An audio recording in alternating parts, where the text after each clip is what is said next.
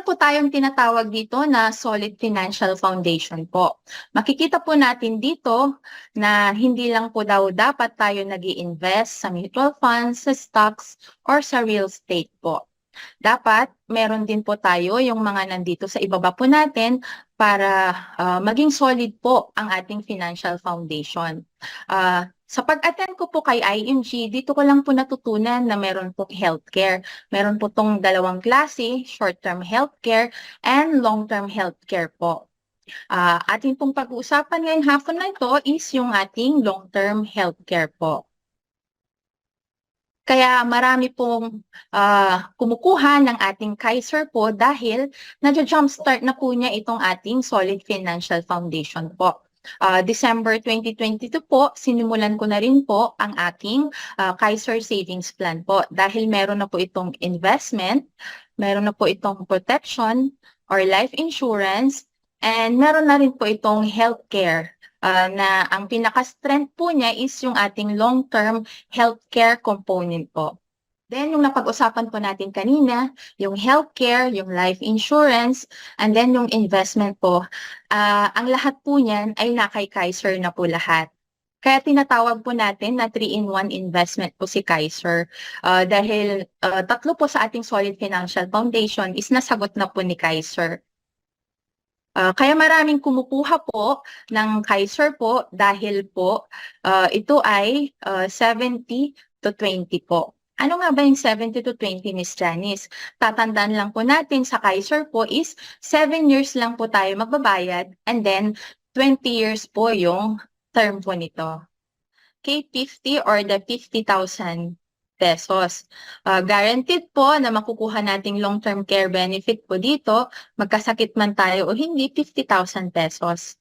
Ang long-term care bonus natin, kapag hindi natin nagamit yung ating healthcare benefit po during the 7 years po, is may makukuha po tayo or return of premium na 85% po na 175,000 pesos po. Dito naman po sa unused accumulated yearly health benefits, hindi po natin nagamit during the 8 to 20 per year po natin is meron pong projected value na may ibabalik po sa atin 134,875 pesos po. Then, meron din po tayong health bonus na makukuha based po sa market po ito. Tinatawag na dividendo po para sa atin. Meron po itong 23,209 pesos. So, summary of benefits po ng K50 plan po, guaranteed po na may makukuha tayong 50,000 pesos. Ang long-term care bonus po natin, 175,000 pesos.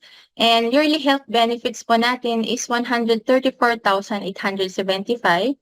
At ang ating yearly health bonus po is 223,229. So, ito po is nakabase po sa ating market value.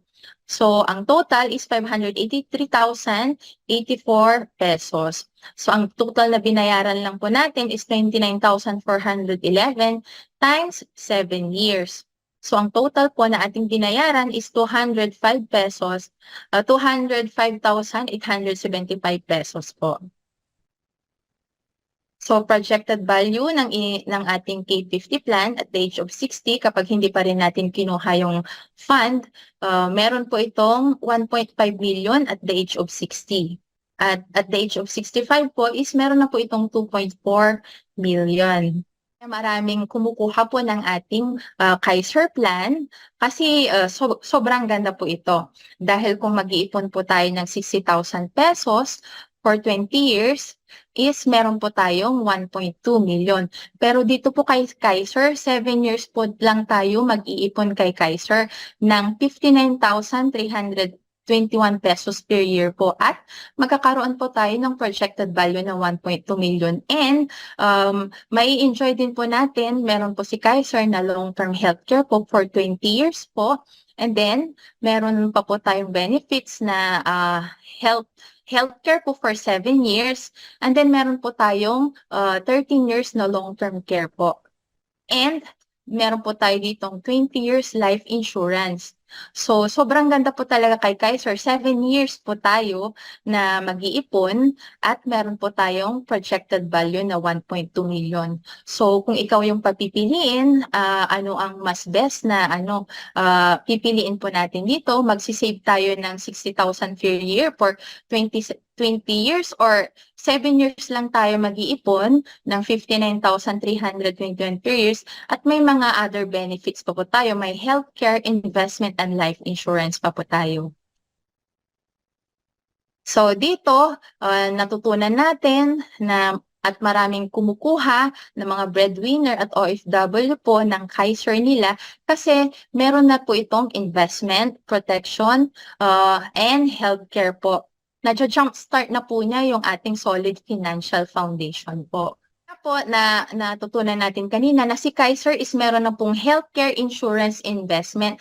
Kaya ang ating brand ambassador po ng Kaiser na si Daniel Padilla po, kay Kaiser daw po is nasa iyo na ang lahat, sabi po ni Kaiser. Kaya sa mga interesado po na matutunan pa yung mga other benefits po ni Kaiser, you can email me at fernandezjanice01@gmail.com po. So according to Jack Ma, buying insurance cannot change your life, but it prevents your lifestyle from being changed. An illness can wipe up an interfamily savings that they have saved for decades by the medical bills. You will not turn bankrupt because buying insurance, but you will cause your loved ones to turn bankrupt if you don't. Kaya napakahalaga po talaga na magkaroon tayo ng healthcare po, especially yung in-offer po sa atin ni Cancer kasi meron na po itong healthcare, life insurance, and investment po.